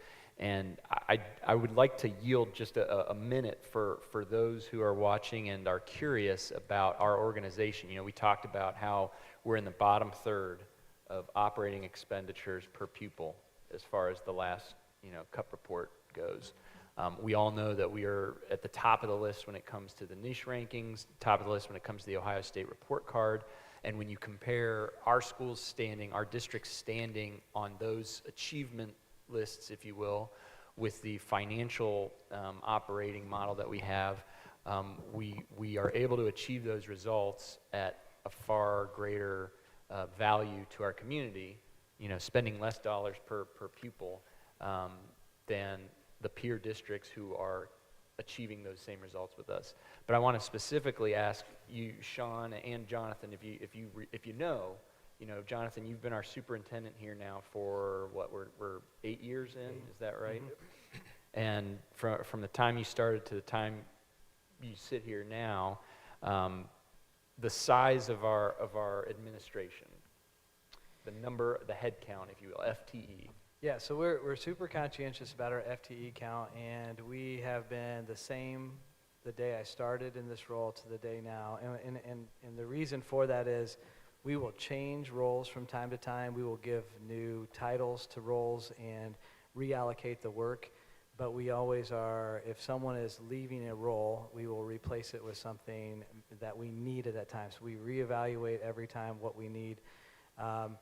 Mr. Messer coming on, for example, was a succession plan for that period of time to move him into the space as Dr. Jordan was going off. So there's always this ebb and flow. I think we might be down one FTE at this point in time. And one word I would say to that is we're really intentional about who we hire, because we understand that if you look at our numbers compared to districts across the state, we have one of the lowest number of administrator counts per pupil in the state of Ohio. So that means we have more students connected to our administrators than most every district across the state.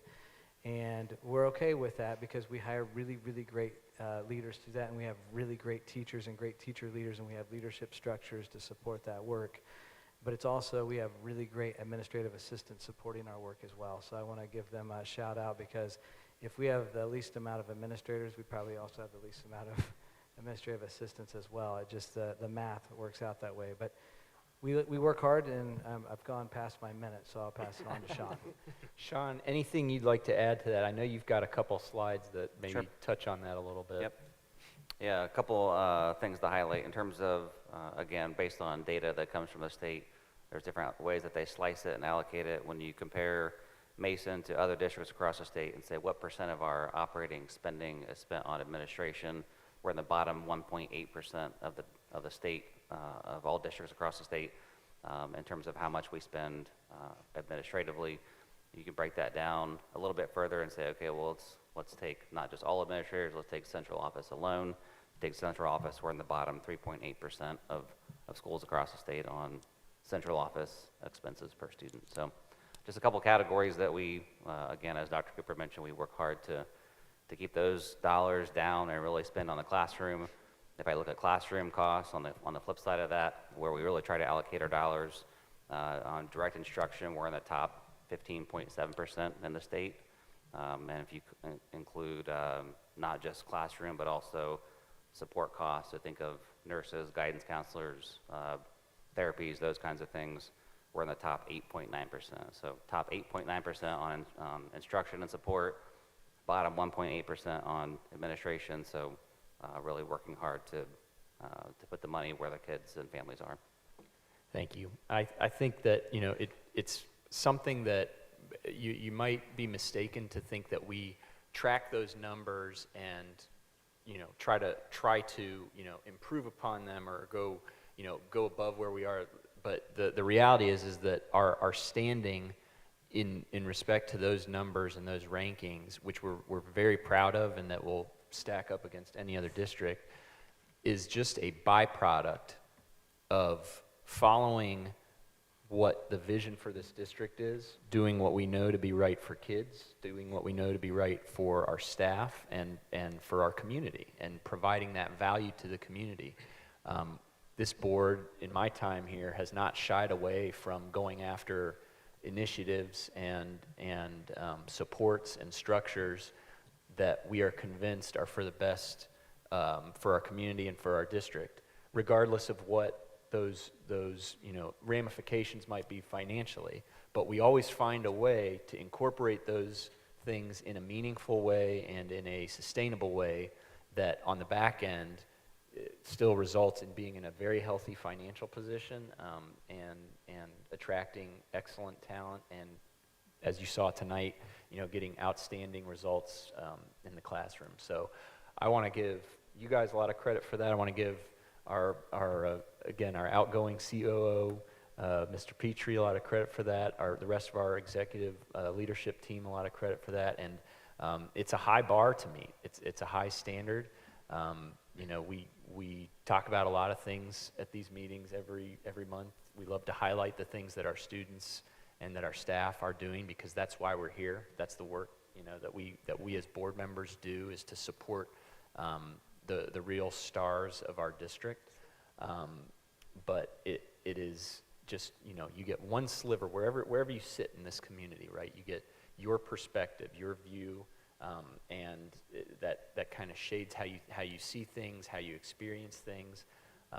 Sitting up here, it's a grave and humbling responsibility to hear all of those perspectives, hear all of those points of view, to take on those experiences and internalize them as though they are our own, and to wrestle with them and to try and do right by everybody the best that we can.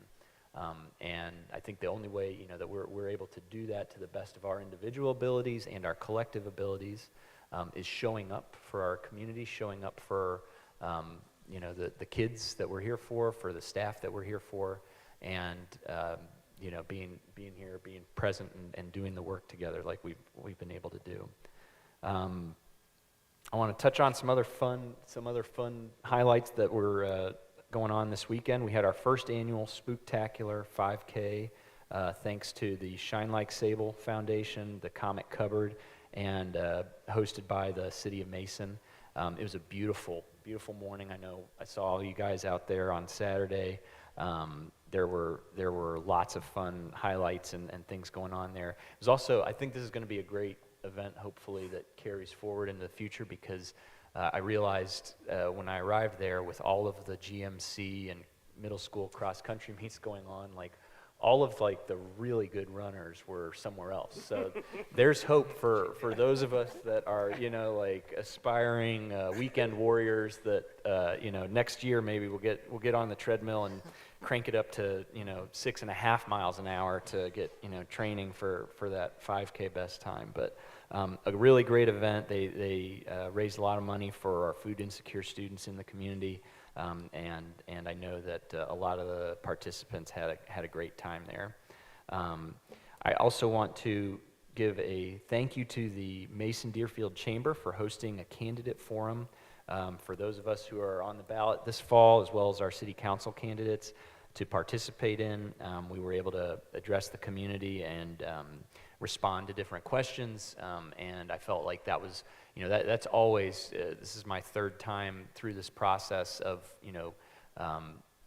getting on the ballot and running for this seat, getting to meet members of our community and reintroduce myself to them, reintroduce our district and what's going on in our district to them, share our vision, and that's one of the few opportunities we have to really go into depth, sit, side by side with one another, and talk at length in a forum that is shared and is broadcast, and it gives members of the public a great opportunity to kind of, evaluate the candidates, and we also are obviously continue to be accessible and open to connecting with those of you in our community as well. So thank you to the Maid Chamber for making that event possible. I also want to plug a couple things on the horizon. Our Mason High School Chronicle, our student-run newspaper, has another edition coming out this Friday. I am informed by sources that all of the candidates running have participated in interviews. I think this will be an edition you do not want to miss. As I understand it, this might be an exclusive interview opportunity with school board candidates, so you don't want to miss this Friday's edition of the Chronicle. They do a great job every election cycle with really needling and digging into the hard issues of the candidates. And I also love to see the kids who do those interviews carry on their journalism interest and their career, and years later you're flipping through either the news or you're reading some headline, and it's a Mason comment. It's somebody that was working at the Chronicle earlier. So kudos to Mr. Connor for putting together and facilitating such an outstanding opportunity for our kids who aspire to careers in journalism. And then I also want to plug this Friday is Built Like Noah L Day. The city of Mason last week honored Noah Lippett's family. Noah was, I think, a class of 2021 Comet who went on to become a Marine and was the first Cosmo the Comet mascot, which I didn't realize it was that recent, but that was a very cool distinction. But there's lots of information available online. I know we have senior night at the football game on Friday, and I believe there's something special planned to commemorate Noah there as well. So we're very, very honored to be able to share in that and appreciative of the city for recognizing Noah and his contribution to our community. I know we have the Mason Schools Foundation Gala coming up this weekend, and the Gems of Excellence coming up on Thursday. So looking forward to both of those events as well. And lastly, but not least, we have a few more meetings where we will be graced by Connie Yingling's presence with us on the board. But this feels like one of those kind of inflection point meetings. I know Connie is not on the ballot for the first time in a long time this November, and I would be remiss if I didn't just make a point to say how much I appreciate you, Connie.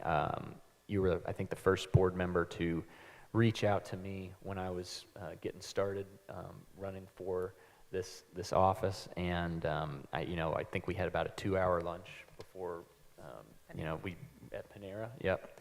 And just the institutional knowledge that we have all benefited from having you here.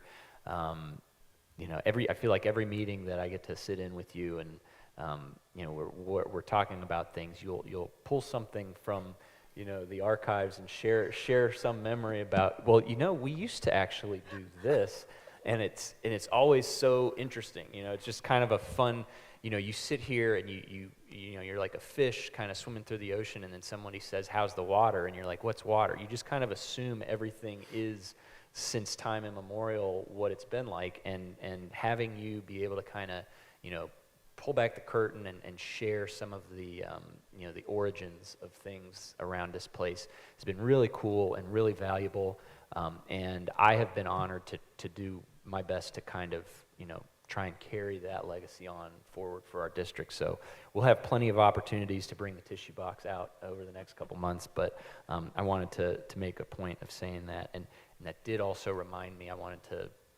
also say thank you to the Mason Historical Society for putting together an outstanding documentary, Glory Days, Growing Up in Mason. So if you haven't seen that, check it out. You can get a USB drive at the Mason Museum. And if you guys think of anything else, I bow down to you. So That's all I've got. He says, good luck. Good luck coming up. I feel like I should have the SpongeBob meme 2 hours later. Thank you, Charles, for that thorough review. So we will go to our board historian, the wonderful and illustrious Mrs. Connie Yingling. Thank you. And Charles, thank you for your kind words. I hope that when I pull out those stories that you see how much fun it has been for at least me to go through the years and have witnessed those things and know the people behind some of the original ideas that we have touched and retouched and gotten us to where we are today. And we truly are, in my very objective opinion, a great, great school district, not just within the state, but within the country. I'm proud of what we've done. When I say we, I truly mean this school district as a group. This board is kind of spoiled. If I had to go to another state and be placed on another board, I don't know how it would ever be this much fun and, my gracious, this much of a privilege. The people that are in this district making things happen in the classrooms. We honored 2 of you tonight, Eric and Todd, but there are numerous, numerous people that we have honored and remembered and are grateful for throughout the years. This place is where you really want to be if you want to have an impact and you want to really learn from the best. And it's not us, it's the people that run this district. You do such a phenomenal job, and you're so open and willing to share.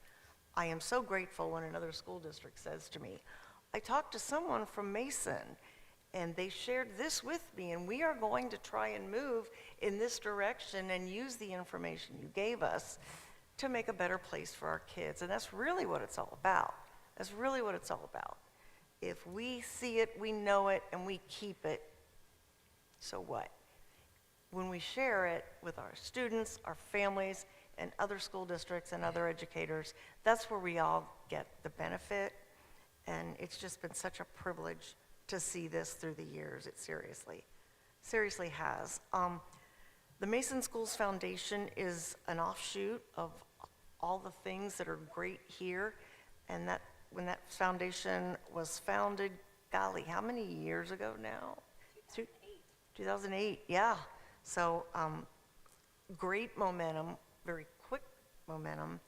And their gala this weekend, I understand it is sold out. However, donations, you may participate in the auctions. It's just a wonderful time. And if you can participate in any way at any level, I guarantee you there will be something you'll take away from it as a wonderful memory or an opportunity or some people that you were grateful for while we educated your kids, or perhaps even you. It's just a real thrill to be here. I couldn't be more honored to have shared my desire to give back to my community. Never been more proud that I was able to do it here. And it's because of the people who make up this district. I hope that you all feel that this board, through time, I've had so many wonderful partners on this board. Regardless of who was on at the time, this board really is truly dedicated to the community and the education of children and the support of the families to whom those children belong. And if you feel just a little bit like we're doing that, we're accomplishing that, then as a board, let me just tell you, we are so grateful. We are so very grateful. Eric, I have no doubt, I've seen you do too much in the past. I have no doubt what's going to happen when you step into this new role. It's going to be yet another Messer thrill, and we are so grateful for it. Todd, I meant everything I said to you before. You are such a useful individual to know. You have come through on so much good advice, and your committee meetings, in which I've been able to share a few of those through the years with you, you do a great job. You do a great job communicating, rounding up critical people to weigh in, perform the job, how you get these people. You always find the perfect person for the job, and we're able to make it happen. And again, that's because of you. It's the people. I couldn't be more happy to share my time here with people like Eric and Todd. Dr. Blessing's been such a short time, but it's been a valuable time. Tracy, I remember when we hired you. It was just wonderful. So many people in between. It's going to be a rough couple months, but I will do it without flooding the bathtub. I think that's where I'll end for tonight. Thank you. And it's okay if you do. We've got a lot of Kleenex. Todd's made sure that we've got a stash in the back. Just No, I hid them from Eric, so don't stress them out trying My to find them. pockets are full. thank you, Connie. Matt, I think we've got the enviable task of being brief so we can get out of here. Yes, but I will just say Journey Days, what an experience. You hear all about all the plans that went into it, but until you actually experience it, you don't know the impact that it would have. I think everybody kind of felt that way. What is this going to look like? But so I recognized a few of the faces in that video, and I just tell you from our family's experience, we were probably not surprised, but we didn't realize the impact that would come from that. And it wasn't, I don't think it was just for the students who were there. I think it was the adults who were volunteering with them, the experience that they had serving with them, and how impressed that they were that those students were that genuinely excited to learn about maintaining bikes and to be a part of that. So it was just, I think it was a really good example of kind of the best of the experiences from that day. So thank you to all the adults who put so much time and effort into that, and we look forward to the next two more Journey Days for this year. Oh, students have three. Yeah, 3 more. So just imagine all the experiences that we're going to have. And quickly, I'll just say we have an election coming up on Tuesday, November 4th, and I just wanted to thank the people who have stepped up and want to serve our district and our city of Mason and Deerfield Township, and especially the ones who have been engaged and responsive and talking about their vision and made themselves available. We just so appreciate the willingness to serve our district, our students, and our families. So. We'll have a conversation at our next meeting with the people who won. And then lastly, MSF, the Mason Schools Foundation Gala. If you had the chance to get tickets, enjoy the night. If you didn't, still enjoy the night and compete in your pajamas with people there and win the items from them and bidding wars for every single item. It's going to a fantastic cause. That's all. Thank you, Vice President Steele. I will try to keep my thoughts concise. First of all, to our colleague Desiree, we want to tell you that we're thinking about you. We send our love, our thoughts, and our prayers to you. We miss you. I think being in this room, this is not typically where we have our board meetings, and so to be in a district that has so many National Merit Scholars that we end up in the auditorium and so many commended scholars, I think sometimes we get inured to what happens here, and so I'm looking around and the room is mostly empty now, but to think about that, being the largest high school in the state and performing in the ways that we have, and the intentionality we make investments with, it just, I can't even describe it, how proud I am of the work of so very many, that these outcomes are what they are. And so it's not that any of us up here do the everyday, day-to-day, but we help set the conditions and the culture and the investment strategies that ultimately end up in the classrooms and show up in the buildings. And so I'm just always awed by the performance of this school district, sort of year after year. I think Todd and Eric, everything has been said, but I think I just want to say it from like a one level up perspective. Talent is hard to come by. Everybody is searching for it, and so for us to have the depth of talent in our school district is just 96 Bulls-esque as the NBA tips off tonight.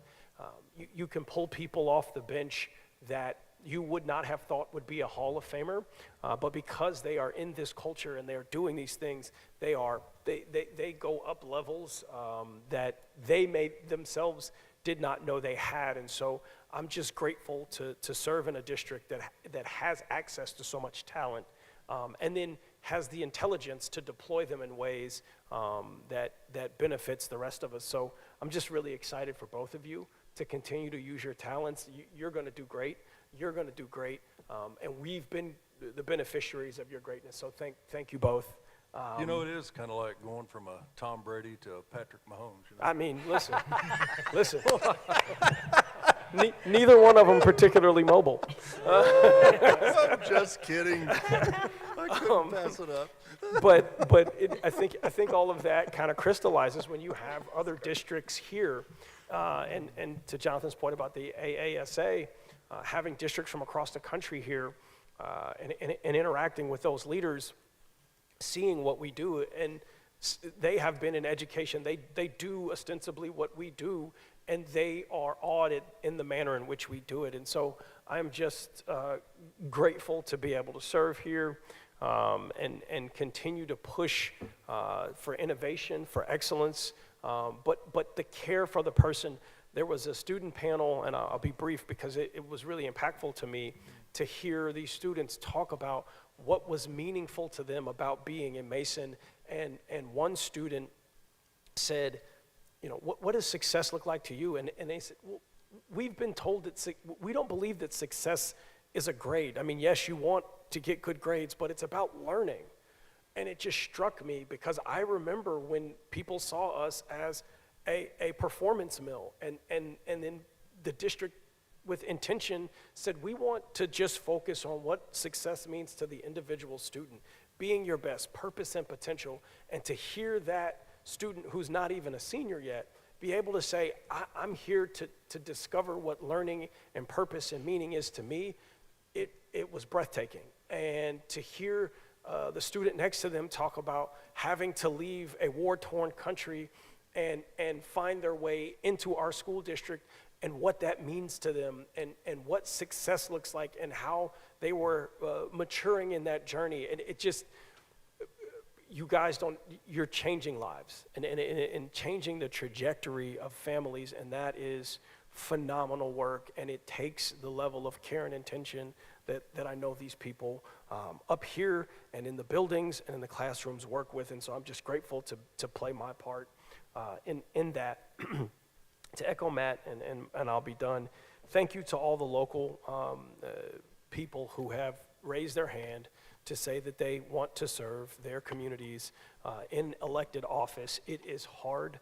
It is frustrating at times. It is time-consuming, but it is absolutely unequivocally worth it to serve your community in this way. Connie Yingley wouldn't have done it for 26 years if it were not so.